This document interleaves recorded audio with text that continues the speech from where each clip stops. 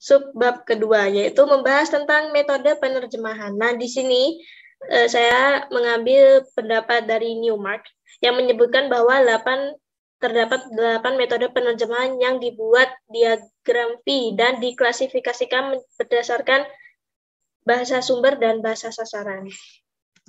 Oke, langsung kita ke Yang pertama yaitu berorientasi pada bahasa sumber. Nah, yang pertama penerjemahan kata per kata. Nah, penerjemahan ini biasanya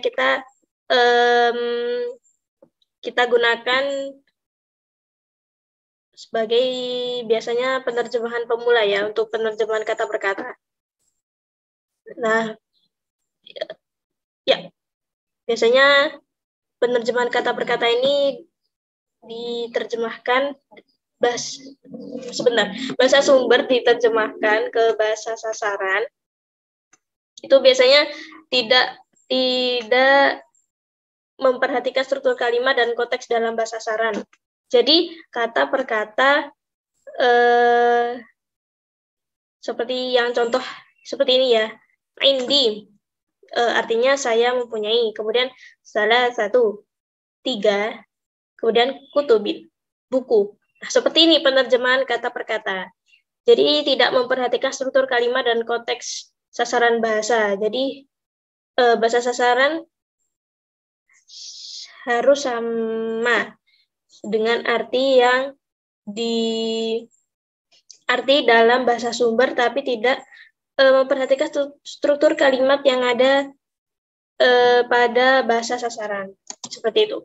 Kemudian yang kedua yaitu penerjemahan harfiah. Nah, penerjemahan harfiah ini mengonversi konstruksi gramatikal bahasa sumber ke dalam bahasa sasaran dengan padanan yang paling dekat, tetapi kata-kata leksikalnya masih diterjemahkan satu demi satu dengan tidak mempertimbangkan konteks. Nah, biasanya metode ini digunakan saat proses pra-penerjemahan untuk memecahkan masalah. Nah, seperti yang ada contoh, ja'a rajulun min rijalil barri wal ihsan ila Yogyakarta li musa'adatil dihaya zilzal.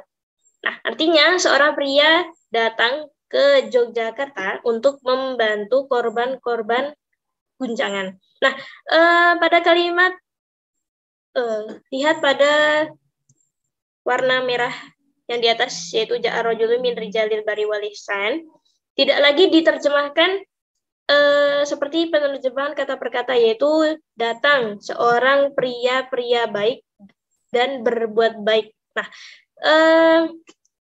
tapi kata-kata ini sudah dikonversi menjadi seorang pria baik datang. Nah, jadi dikonversi, tidak seperti penerjemahan kata per kata tadi ya.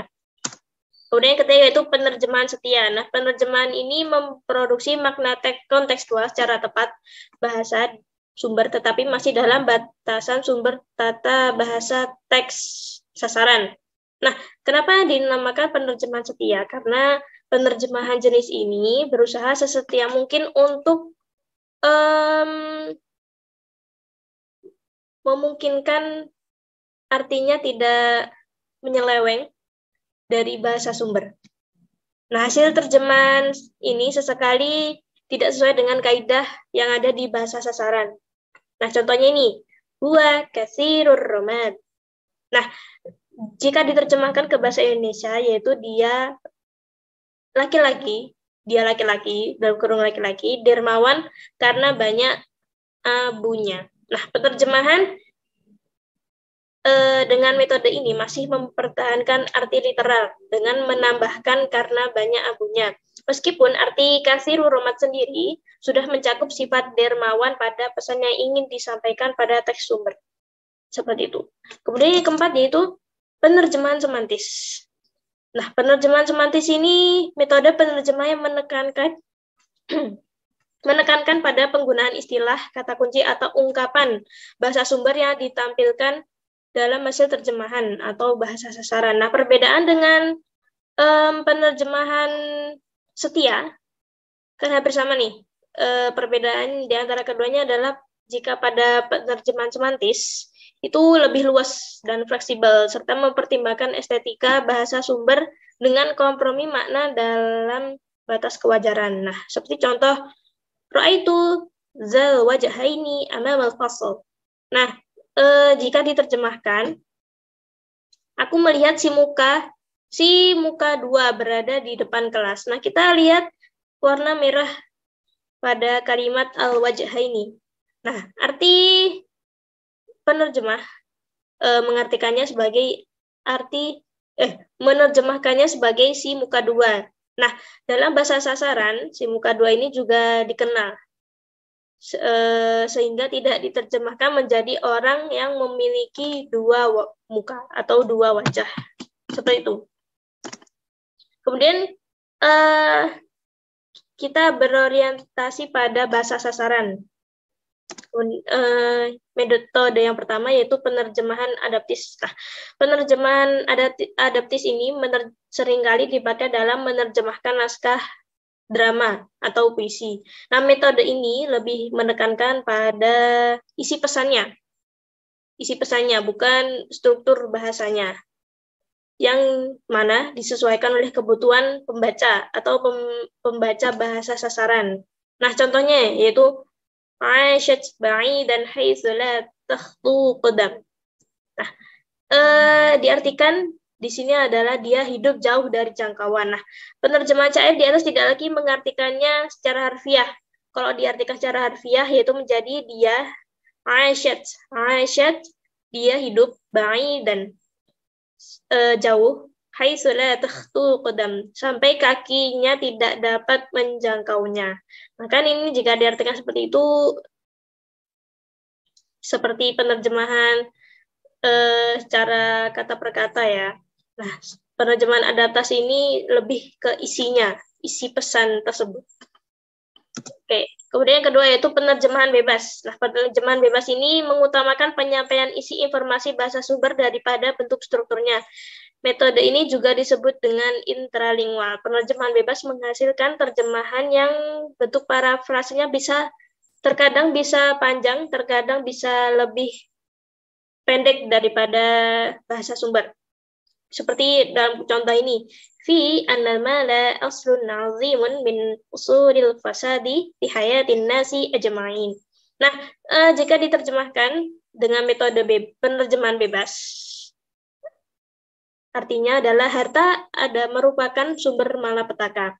Nah, penerjemahan menggunakan bahasa sendiri tanpa menghilangkan pesan, ya, tidak menghilangkan pesan apa yang ingin disampaikan oleh penulis teks bahasa sumber. Nah, jika diterjemahkan sesuai dengan strukturalnya, yaitu menjadi fi anal mala, bahwa harta itu merupakan aslun azimun, sumber terbesar min usulil fasadi,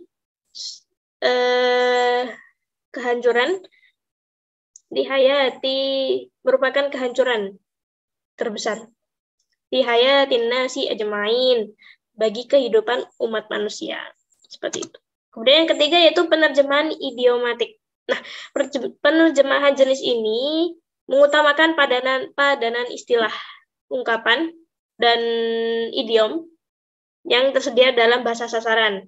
Nah, seperti contohnya, wa man ladzatu illa ba'da ta'bi. Jika diterjemahkan ke bahasa sasaran, ini artinya bersakit-sakit dahulu, bersenang-senang kemudian. Nah, jika diterjemahkan secara harfiah atau secara teks per teks, ya, itu akan menjadi wa man ladzatu, setiap kenikmatan itu illa ba'da ta'bi, hanya dapat diraih dengan kerja keras.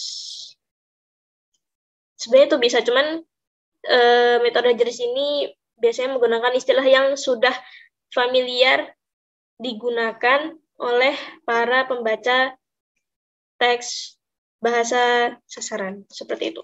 Kemudian yang terakhir yaitu penerjemahan komunikatif. Nah, penerjemahan ini memberikan makna kontekstual yang tepat dari bahasa sumber sehingga isi maupun bahasanya dapat diterima dan dipahami oleh pembaca bahasa sasaran. Seperti pada contohnya, natatawwaru min nutfah, summa min 'alaqah, summa min mudghah.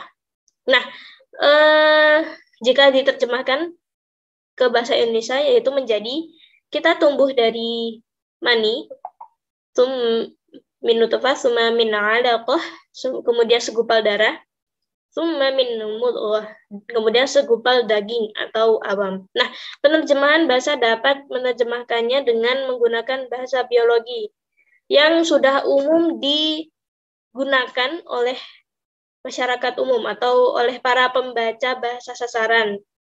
Itu menjadi kita berproses dari sperma, min nutfah, dari sperma. Air mani itu sperma ya.